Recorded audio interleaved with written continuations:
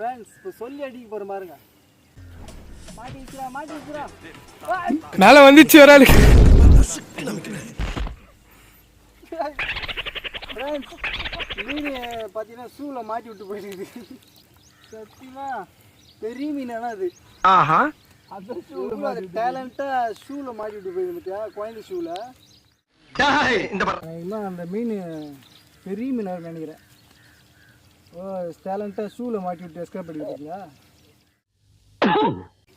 வீட்டில் ஒரு பையன் ஷூ கேட்டுருந்தான்.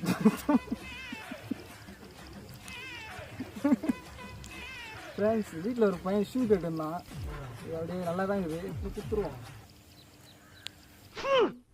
என்னடி இது? இப்போ அந்த விட்ட மீன் பிடிக்கும். ஏய் வெளி வெளி வெளி வெளி இந்த இந்த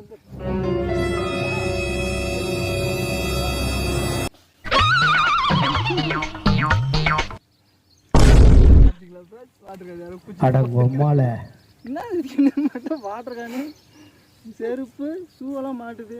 போடா பருப்பு போகிறேன் கம்பெட்டில். மறுபடியும் அது வாட்டர் கேனில் மாட்டி விட்டு எஸ்கேப் ஆகிட்டுக்குது.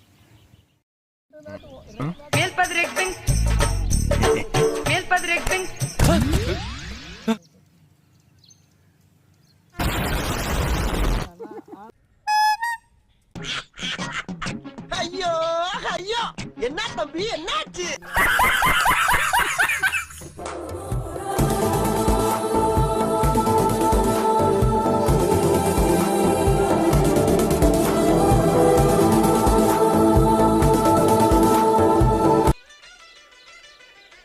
இன்றைக்கு ஏன் இந்த ஆனந்தமோ ஆனந்தமோ? ஓஹோ, பாட்டு வேறு கேட்குதா? பாட்டு உங்களுக்கு? ஓ, மீன் நல்லா மாட்டுது சொல்லிட்டு சந்தோஷமாக இருக்கிறானுங்க. இவங்களை மீன் பிடிக்கவே விடக்கூடாது, ஏதாச்சும் பண்ணியே ஆகணும். இன்னொரு பாயாசத்தை போட்டுற வேண்டியது. மக்களே, இவங்களை மீன் பிடிக்கிறதுக்கு ஒரு சின்ன ஹெல்ப் பண்ண போகிறேன். ரொம்ப கஷ்டப்படுறானுங்க.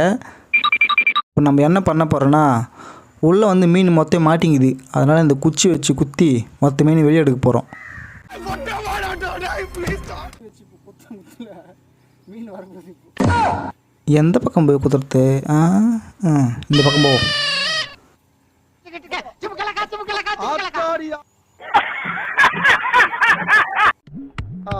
காலங்காத்தால ஒரு ரூசு போயிட்டு வந்து சிக்கிட்டமே. மறுபடியும் குத்துவோம். சோழி முடிஞ்சு, நம்ம வந்த வேலை முடிஞ்சு. இனிமேல் உனக்கு மீனே பிடிக்கக்கூடாது.